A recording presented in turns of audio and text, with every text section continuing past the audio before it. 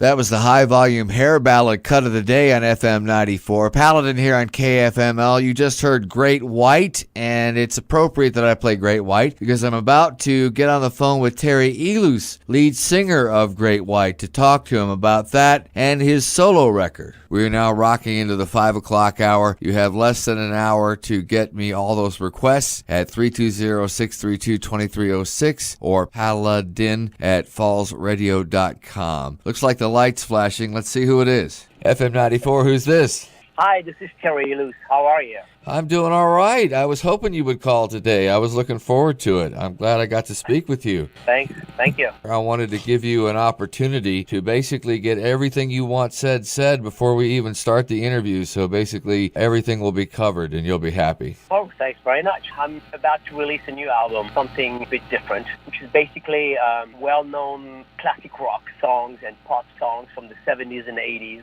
redone in a different way, more acoustically, more organic, and also with the Latin and flamenco flavor. Why flamenco? Well, because my dad was from Spain, from Barcelona, and when I was a kid, I used to go and watch those amazing guitar players play and watch those dancers, and always wanted to mix rock and flamenco, or rock and pop, or something like that. It's exactly what I did with my band. Looks like that's coming out Friday, April 28th on the internet, and May 2017 on your private label in hard copy. Is that correct? Yeah. Yes, on the 28th, it's going to be on iTunes. People can download the songs. Actually, they can do it now. They can go and pre-order the songs off iTunes right now, and they will get 2 or 1 extra song. I'm not quite sure exactly. I didn't do the deal. But on May 17th would be the hard copies. That is correct.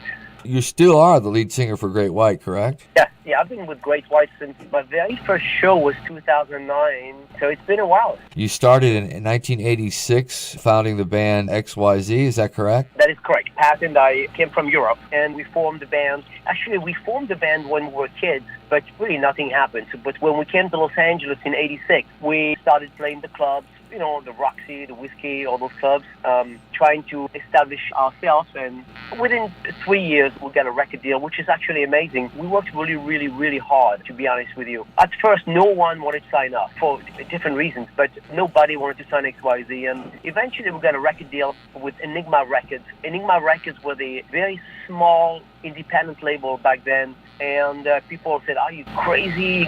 Nobody at the time in 89 was going with independent labels. We did, and we did very well. You know, we ended up selling 1.5 million worldwide, which is amazing. We toured the world with some great bands such as Foreigner, Alice Cooper, Ted Nugent. We were very fortunate, and after that, Nirvana came around. So basically, that was the end of my band, that's for sure. Okay. And and for about 10 years, I was completely broke. And then I reformed XYZ with Pat, and we were doing M3 in 2009, and my agent, who's also a Great White agent, called me and said, "Are you sitting down?" I'm like, "Yeah." He said, "I know you're playing M3 in a couple of days, but would you mind also doing another performance with Great White?" I said, "Great White? They're not playing M3." "No, they're playing St. Louis." I'm like, "Are you kidding me? How am I going to be able to do 2 shows the same day?" Well, my agent made it happen. We booked a private plane, and I went from Baltimore to St. Louis, doing one show after another. I arrived on stage. I didn't know any of the songs. I only had 2 hours, basically, to learn the songs on the plane, and we did okay. Mark Kendall was very supportive. The rest is history. That is an amazing story. But, you know, sometimes you have to jump on the opportunity. When somebody tells you to do something and you feel it, I knew something. I mean, don't get me wrong. I've been a big Great White fan, and I love Jack Russell's voice, and I'm a big fan. But when they told me that he was really ill, I just said, "Okay, I'll do the show." I didn't expect much, to be honest with you. Just the show, one night, and that was it. In fact, after the show, the guy said, "Well, thanks for coming, blah, blah, blah, and blah, blah, blah." A couple of weeks later, they called me again, and they said, "Hey, Jack is not coming back because he's ill. Would you mind doing a few more shows?" I said, "When?" "Tomorrow." I was actually on vacation with my wife in San Diego. We just arrived at the hotel, literally just arrived. I didn't unpack yet. And Mark called me and said, "Hey, dude, it's Mark." I'm like, "Hey, Mark." He's like, "What are you doing?" I'm like, "I'm just arrived." And he said, "Would you like to do a show with us?" I'm like, "Yeah, man, I would love to. I love your band. I love your music." He said, "Yeah, man. Well, I'll see you tomorrow." That was it. And I said, how many songs? He said, 13. I'm like, how do you expect me to learn 13 songs in less than 24 hours? He said, you'll be just fine. And I said on stage, I had no idea. I was looking at the lyrics as I was singing. I was looking at Michael. I'd be singing, and I said, what the heck is the next line? And Michael would be looking at me, giving me the next line. And the fans actually loved it. I explained to the fan I was just there to replace Jack for just a little while because he was ill. It was in Los Angeles, so I have a lot of fans there. People say, oh, that's a good idea. Thanks for doing that. At the end of the night, again, I said, okay, bye. And Mark said, what are you doing tomorrow? So I was like, I'm free. So we're doing another show. Okay. And that was the beginning, and that was it. So you ended up just staying with Great White for all this time. Yeah.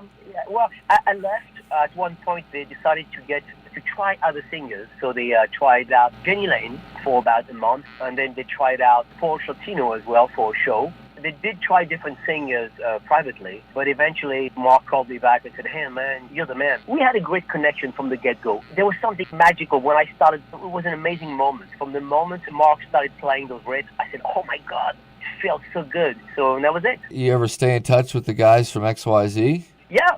I do. Patty's a brother to me, so we talk all the time. He stays at my home quite often, but we're not doing any XYZ shows at the moment. I'm concentrating on Great White. Are you going to be touring to support the new album called Gypsy Dreams? I hope so. I'm currently looking for a few booking agents. I had enough time in studio by myself before you called. I had a chance to listen to the first 2 tracks on your album from the SoundCloud link. And The Whole Lot of Love, what a scorching rendition. Well, thank you very much. I'm honestly very touched. I'm the type of person, I'm all or nothing, you know what I mean? So when you tell me something like that, you said, hey, I really like it. It means a lot to me because I really worked really hard on that particular album. I said, I'm just going to give it 1,000% and see what's going to happen. And hopefully some people will like it. At least I will like it. And the fact that you like it, well, it makes me happy. Now, you picked some pretty different sounding acts for your album to cover, to do tributes for. Do you want to talk about why you selected them? Sure, of course. Well, first of all, for me, it was a no-brainer to do Zeppelin. If you listen to Zeppelin, the way they wrote their songs, of course, it's very bluesy-based, but it's also very Middle Eastern, and you can hear a touch of flamenco. I know people say, what is he talking about? But yes, you can hear the chord progressions and the melodies, especially in Kashmir. Kashmir, you can hear the Middle Eastern influence. So Zeppelin was a no-brainer for me, and on top of that, I'm a big Robert Plant fan. I mean, who is not? Everybody's a Robert Plant. Yeah, it's hard not to be. Yeah, it's hard not to be. The guy is brilliant. Dio, for me, was also a no-brainer. I'm a huge Ronnie James Dio fan. I had the pleasure of meeting Ronnie when I first came to Los Angeles in '86. He was so kind to me. He was such a great person, and I told him how much I admired him, how much I loved him, and he was so humble. I couldn't believe how humble he was. I said, wow, this is Ronnie James Dio. So I've always loved Heaven and Hell. I love that song. I love the lyric. There's something amazing about that song. And the rest, well, Don Henley. I'm a big Don Henley fan. I love that song, Voice of Summer. Peter Gabriel, also, I love In Your Eyes. It's a great melody, and I give it more flamenco twist. If you think about a song that you like, that song always brings you back to a certain era, a certain time where you were at a different place. You know what I mean? Like, you told me you like Zeppelin, right?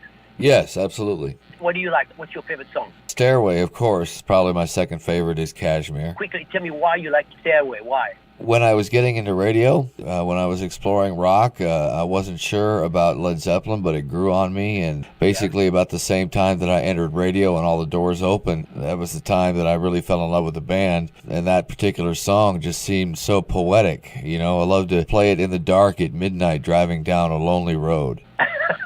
So you see, a song brings you back to a certain moment in time. That song reminds you of when you started, when you like to drive by yourself. We don't realize, but music is so important in our life. I mean, it's amazing. Without music, there would only be silence. Yeah, absolutely. We have 2 different formats on this station. I know that's unusual. It's kind of old school with the way that American radio worked back in the day when there were strips of programming.